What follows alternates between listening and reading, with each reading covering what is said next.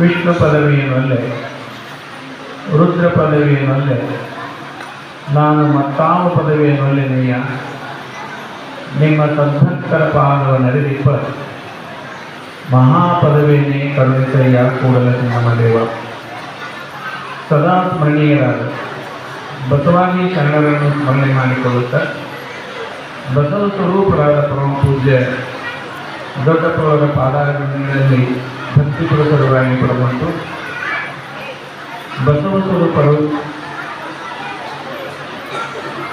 ಈ ಕಾರ್ಯಕ್ರಮದ ದಿವ್ಯ ಸಂವಿಧಾನವನ್ನು ವಹಿಸಿದ ನಮಗೆಲ್ಲ ಮಾರ್ಗದರ್ಶಕರಾದ ಪರಮ ಪೂಜ್ಯ ಜಗದ್ಗುರು ವಿಜಯ ಮಹಾಂತ ಮಹಾಶಿವಯೋಗಿಗಳು ಕುದುರೆಮೂರ್ತಿ ಸಂಸ್ಥಾನ ಮಠ ಅವರ ಪವಿತ್ರ ಶ್ರೀಚರಣಗಳಲ್ಲಿ ಭಕ್ತಿಯನ್ನು ನೆನೆಸುತ್ತಾ ಇಲ್ಲಿಯವರೆಗೆ ಬಹಳ ಅದ್ಭುತವಾಗಿ ಮಾತನಾಡಿ ನಮ್ಮೆಲ್ಲರಲ್ಲಿ ಒಂದು ಜ್ಞಾನೋದಯವನ್ನು ಮಾಡಿದಂಥ ಪರಮ ಪೂಜ್ಯ ಶ್ರೀ ಮನರಂಜನ ಪೂರ್ಣಶ್ರೀ ಮೃತ್ಯುಂಜಯ ಮಹಾಸ್ವಾಮಿಗಳು ಮನಪಾಡ ಅವರ ಪವಿತ್ರ ಶ್ರೀಚರಣದಲ್ಲಿ ಭಕ್ತಿಯಿಂದ ನೆನೆಸುತ್ತಾ ಈಗಾಗಲೇ ಸಮಯ 10 ಗಂಟೆ 25 ನಿಮಿಷ ಕಾಣಬೇಕು. 20 ನಿಮಿಷ ಎಷ್ಟಾಗಲಿ 10 ಗಂಟೆ 20 ನಿಮಿಷ ಆಗೈತಿ.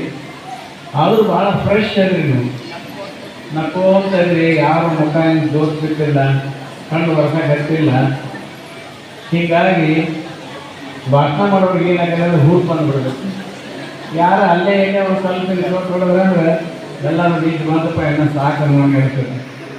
ಆದರೆ ನಾವೇನು ಅಷ್ಟೊತ್ತು ಮಾತಾಡೋದಿಲ್ಲ.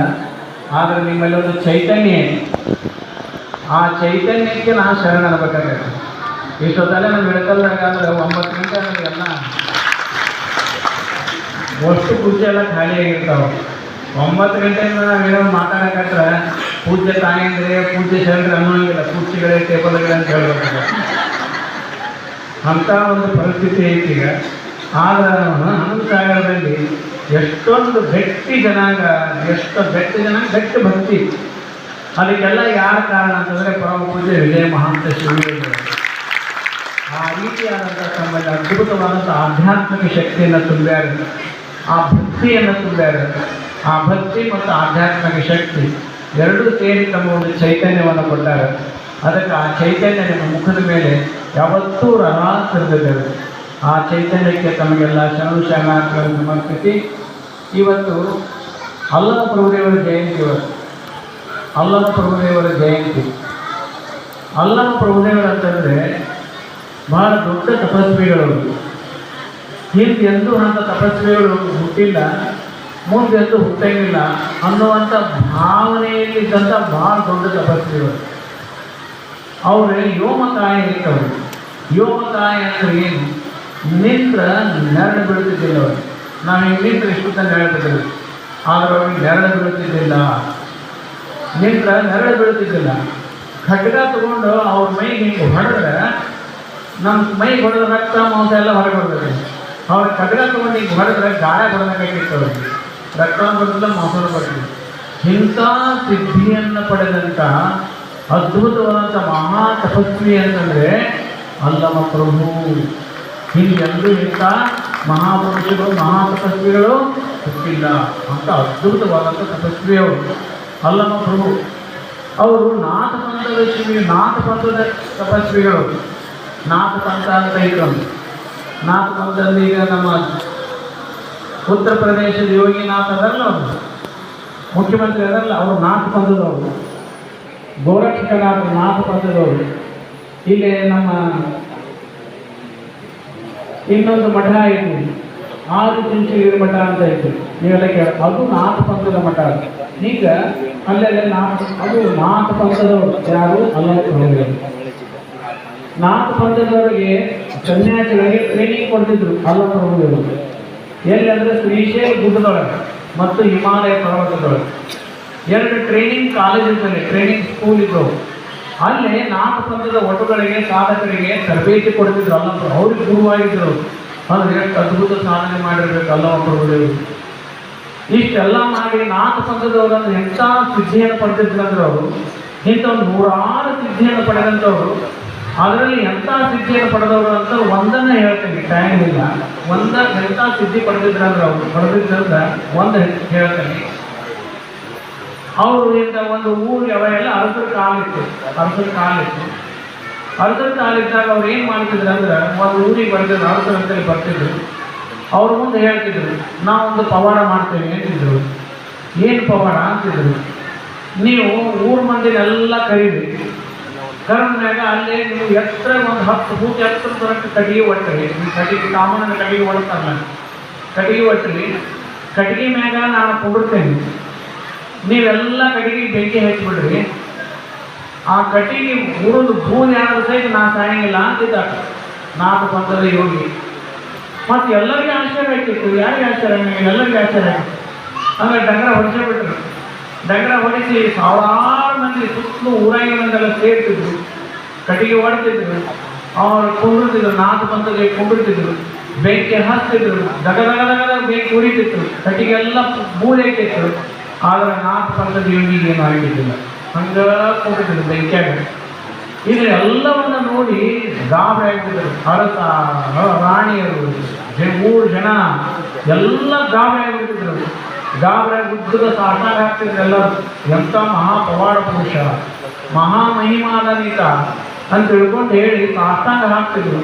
ರಾಜ ರಾಣಿಯರ ಅರಮನೆ ಕರ್ಕೊಂಡು ಹೋಗಿ ದೊಡ್ಡ ಸಿಂಹಾಸನದಲ್ಲಿ ಕುಂಡಿರಿಸಿ ಸಾಷ್ಟಾಂಗ ಹಾಕಿ ಪಾದ ಪೂಜೆಯನ್ನು ಮಾಡಿ, ಗುರುಗಳೇ ನೀವೇನು ಕೇಳ್ರಿ ಅಂತ ಹೇಳ್ತಿದ್ರು. ಅವಾಗ ಅವ್ರು 4 ಪಂಥದ ಯೋಗಿಗಳು ಏನು ಕೇಳ್ತಿದ್ರಪ್ಪ ಅಂತಂದ್ರೆ, ಕಣ್ಣಿಗೆ ಕಾಣುವಷ್ಟು ಭೂಮಿಯನ್ನು ಕೊಡು ಅಂತ ಕೇಳ್ತಿದ್ರು. ಕಣ್ಣಿಗೆ ಕಾಣುವಷ್ಟು ಭೂಮಿ ಕೊಡು, 10-20 ಒಂಟಿ ಮೇಲೆ ಏರ್ತಕ್ಕಂಥ ಬಂಗಾರ ಕೊಡು, 10-20 ಒಂಟಿ ಮೇಲೆ ಬಂಗಾರ ಏರ್ಬೇಕು. ಮತ್ತು ನಮ್ಮ ನಿಮ್ಮ ಅರಮನೆಯಲ್ಲಿ ಅಂತಃಪುರದಲ್ಲಿರ್ತಕ್ಕಂಥ 10 ಮಂದಿ 20 ಮಂದಿ ಸೇವಕಿಯನ್ನು ಕೊಡು ಅಂತ ಕೇಳ್ತಿದ್ರು. ಅಲ್ಲಿ ಮತ್ತೆ ಆನಂತರ ಇಷ್ಟೆಲ್ಲ ತಗೊಂಡು ಮತ್ತೆ ಇನ್ನೊಂದು ರಾಜ್ಯಕ್ಕೆ ಹೋಗುದು, ಅಲ್ಲಿ ಅರಸನಿಗೆ ಹೇಳೋದು, ಅರಸನ ಮತ್ತೆ ಇಂಥವು ಮಾಡೋದು, ಮತ್ತೆ ಅಲ್ಲಿ ಇಷ್ಟು ತಗೊಂಡು ಹೋಗುದು. ಹಿಂಗೆ ಒಂದು ವ್ಯವಸ್ಥೆ ಇರ್ತದೆ. ಅವಾಗ ಹಿಂಗೆ ಮಾಡ್ಕೊಂಡು ಹೋದ್ರೆ ಇಂಥ 4 ಪಂಥಗಳು ಮಹಾ ದೊಡ್ಡ ತಪಸ್ವಿಗಳಾಗಿ ದೊಡ್ಡ ಪ್ರಭಾವಿ ಯೋಗಿಗಳ 4 ಪಂಥದವರು. ಅಲ್ಲವ ಪ್ರಭುದೇವರು ಅಂತ ಯೋಗ ಸಿದ್ಧಿಗೆ ಗುರುವಾಗಿದ್ರು ಅಂತಂದ್ರೆ ಎಂಥ ತಪಸ್ವಿಗಳಾಗಿರ್ಬೇಕು. ಅವರು ಒಂದು ಮಾತು ಹೇಳ್ತಾರೆ ಅಲ್ಲ ಪ್ರಭುದೇವರು, ಇಲ್ಲಿ ಕೇಳಿ. ಈಗ ಇಷ್ಟೋ ಕಥೆ ಹೇಳಿದ್ಮೇಲೆ ಇದೆ, ಹಂಗಾಗಿ ಒಂದು ಸಾಯಿಗೆ ಇಟ್ಟುಬಿಡ್ರಿ ನೀವು. ಈ ಮುಂದೆ ಹೇಳೋದನ್ನು ಕೇಳಿ. ಅಲ್ಲಮ ಪ್ರಭುದೇವರು ಒಂದು ಮಾತು ಹೇಳ್ತಾರೆ, ಏನಂತಂದ್ರೆ, ನಾನು ಸಂಗನ ಬಸವಣ್ಣನ ಸಾನ್ನಿಧ್ಯದಿಂದ ಸದ್ಭಕ್ತನಾಗನೆಯ ಅಂತ.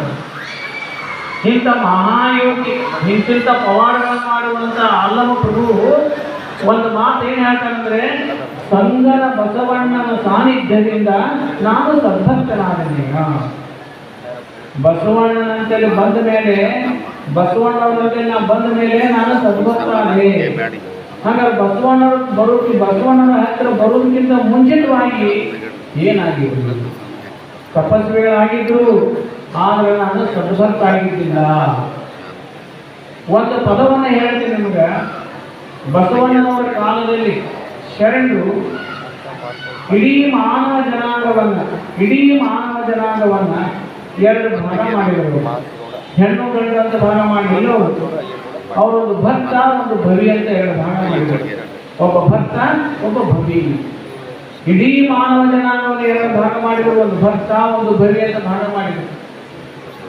ಭಕ್ತ ಅಂದ್ರೆ ಯಾರು, ಭವಿ ಅಂದ್ರೆ ಯಾರು? ಭಕ್ತ ಅಂತಂದ್ರೆ ಒಳ್ಳೆಯದನ್ನೇ ಸದ್ಭಾವಿ, ಯಾವತ್ತೂ ಒಳ್ಳೆಯದನ್ನೇ ವಿಚಾರ ಮಾಡವ. ಸದ್ಭಾವಿ ಯಾವತ್ತು ಕೆಟ್ಟದ ವಿಚಾರ ಮಾಡೋಣ, ಒಳ್ಳೆಯದ ವಿಚಾರ ಮಾಡೋಣ. ಸದ್ಭಾವಿ ಅವನು ಸದ್ಭಕ್ತ. ಇನ್ನೊಬ್ಬ ಭವಿ ಯಾರಂತಾರೆ, ಬರೀ ಕೆಟ್ಟದ ವಿಚಾರ ಮಾಡೋಣ, ಬರೀ ಕೆಟ್ಟದ ವಿಚಾರ ಮಾಡೋಣ. ಯಾರ ದಾನ ಮಾಡಿದ್ರು, ದಾಸೋಹ ಮಾಡಿದ್ರು ಅಂತ ತಿಳ್ಕೊಡ್ರಿ.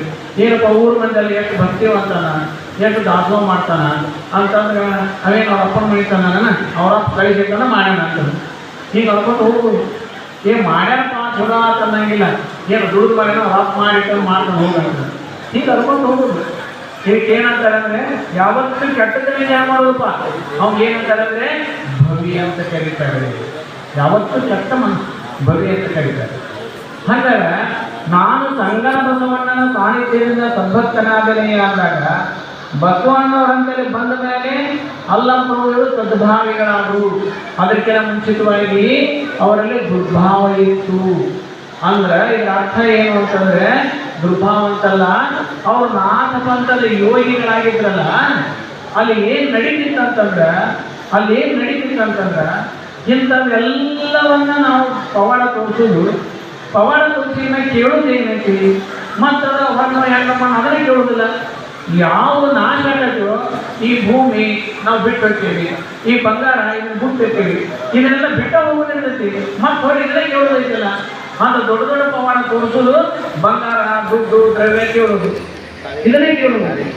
ಆ ನಂತರ ಇನ್ನೊಂದು ನೀವು ಬೆಳೆಸ್ಕೊಡ್ರಿ. ಇನ್ನೊಂದು ಏನಾಗಿತ್ತು ಅಂತಂದ್ರೆ ಆ ಗುರುವಿಗೆ ಏನು ಭಯಂಕರ ಗೌರವ ಸಿಗ್ತಿತ್ತು. ಯಾರು ಬೆಂಕಿಯಾಗಿದ್ದು ಬದುಕ್ತಿದ್ದ ನಾವು ಭಾಳ ಗೌರವ ಸಿಗ್ತಿತ್ತು.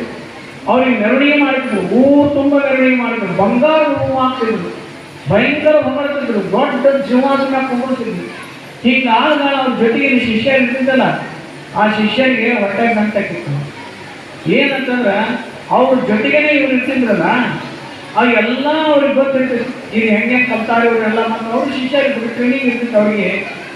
ಅದಕ್ಕೆ ಇದೇನು ದೊಡ್ಡ ರೀತಿ ಅವ್ರೇನು ಅಂತಿದ್ರಲ್ಲ, ನೀವು ಎಲ್ಲ ಗುರುಗಳಿಗೆ ಸಿಗಾಕತ್ತಪ್ಪ, ಇವ್ರಿಗೆ ಇವ್ರ ಮಠನ ಇವ ಸಾಯಿ ಮಠನ ನಮಗೇನು ಗೌರವ ಸಿಗಂಗಿಲ್ಲ ಅಂತ ಮಾಡ್ತಿದ್ರು. ಮತ್ತೆಲ್ಲ ಅವ್ರಿಗೆ ವಿದ್ಯೆ ಬರ್ತಿರ್ತಿರ್ತಾರೆ.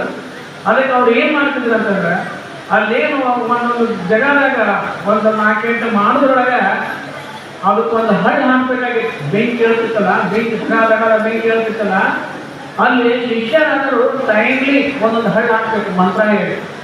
ಆ ಮಂತ್ರ ಹೇಳಿ ಹಳ್ಳಿ ಹಾಕಲಿಲ್ಲ ಅಂದ್ರೆ ಬಿಡಿಸ್ಬಿಟ್ಟು ಹೋಗ್ಬಿಡ್ತಿದ್ದ. ಹಂಗೆ ಇವ್ರು ಏನು ಮಾಡ್ತಿದ್ರು ಅಂದ್ರೆ ಮಂತ್ರ ಹೇಳಿ ಕಲ್ಲು ಹಾಕೋದು ಬಿಟ್ಬಿಡ್ತಿದ್ರು. ಬಿಟ್ಟಮೇಲೆ ಏನಾಗ್ತಿರ್ತಂದ್ರೆ ಬಿಡಿಸ್ಬಿಟ್ಟು ಹೋಗ್ಬಿಡ್ತಿದ್ದ. ಸುಟ್ಟು ಹೋದ್ಮ್ಯಾಗ ಶಿಷ್ಯರು ಬಂದು ಹೇಳ್ತಿದ್ರು, ನಮ್ಮ ಗುರು ಏನೋ ಸ್ವಲ್ಪ ತಪ್ಪಾಗೈತ್ರಿ, ಆಗೈತಿ, ನಾವು ಮಾಡಿ ಅವ್ರ ಶಿಷ್ಯರು ನಾವು ಮಾಡಿ ತೋರಿಸ್ತೀವಿ. ಅವಾಗ ಇವ್ರು ಮತ್ತೆ ಮಾಡಿ ತೋರಿಸಿದ್ರು, ಬದುಕ್ತಿದ್ರು. ಮತ್ತೆ ಇವ್ರಿಗೆ ಏನಂತಿಲ್ಲ ಮೆರವಣಿಗೆ ಎಲ್ಲ ಗೌರವ ಸಿಗ್ತಿತ್ತವ. ಹಿಂಗ ಇಷ್ಟೆಲ್ಲ ಪವಾಡಗಳನ್ನು ಮಾಡಿದ್ರು ಕೂಡ ಮನಸ್ಸಿನಾಗ ಹೊಟ್ಟಿಗೆ ಹೋಗಿಲ್ಲ, ಅಹಂಕಾರ ಹೋಗಿಲ್ಲ. ಯಾವುದು ಶಾಶ್ವತ ಇಲ್ಲ ಅದು ಅಶಾಶ್ವತವಾದ ವಸ್ತುವಿಗೆ ಬೆನ್ನ ಹತ್ತಿದ್ರು.